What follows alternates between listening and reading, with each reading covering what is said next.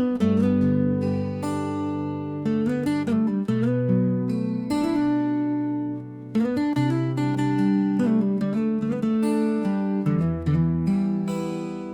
លនៅកុមារខ្ញុំមានផ្ទាំងចាំងបងអូនច្រើនណាស់ធ្លាប់រស់ជុំគ្នា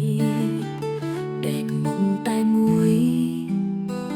ចង់ហ៊ានគ្រប់គ្រីឆ្លួដណ្ដើមគ្នា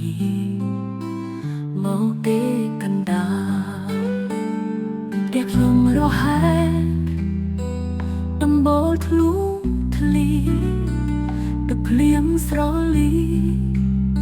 ទឹកភ្នែកអតីតកាលម៉ែពុកមើលថែផ្ទះស្រស់ត្រកាជាហេតុបណ្ដាកូនសុំមនុស្ស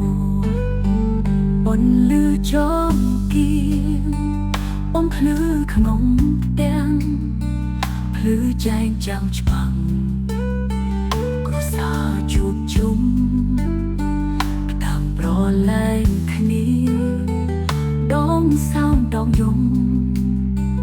រំកើជុំរកកងក្រៅ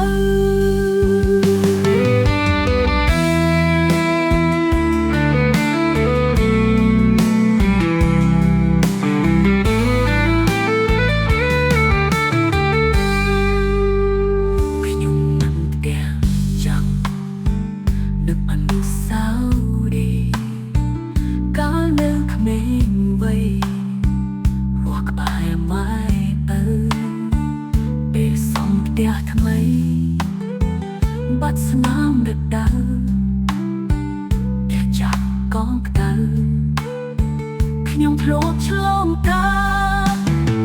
ផ្ទះខ្ញុំរហ័យដំបូលធ្លុះធ្លីស្រលីទឹកភ្នែកអតីតកាលមកមើលថែអ្នកស្រស់ត្រកា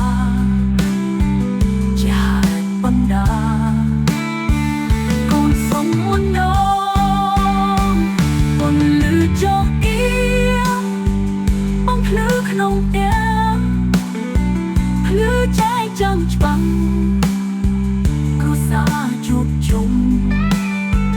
ដាំប្រឡែងគ្នា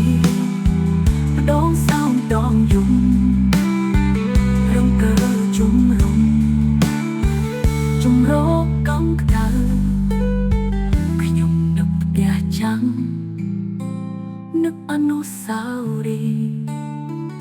កាលនៅក្មេងវ័យរស់ក្បែរម៉ែ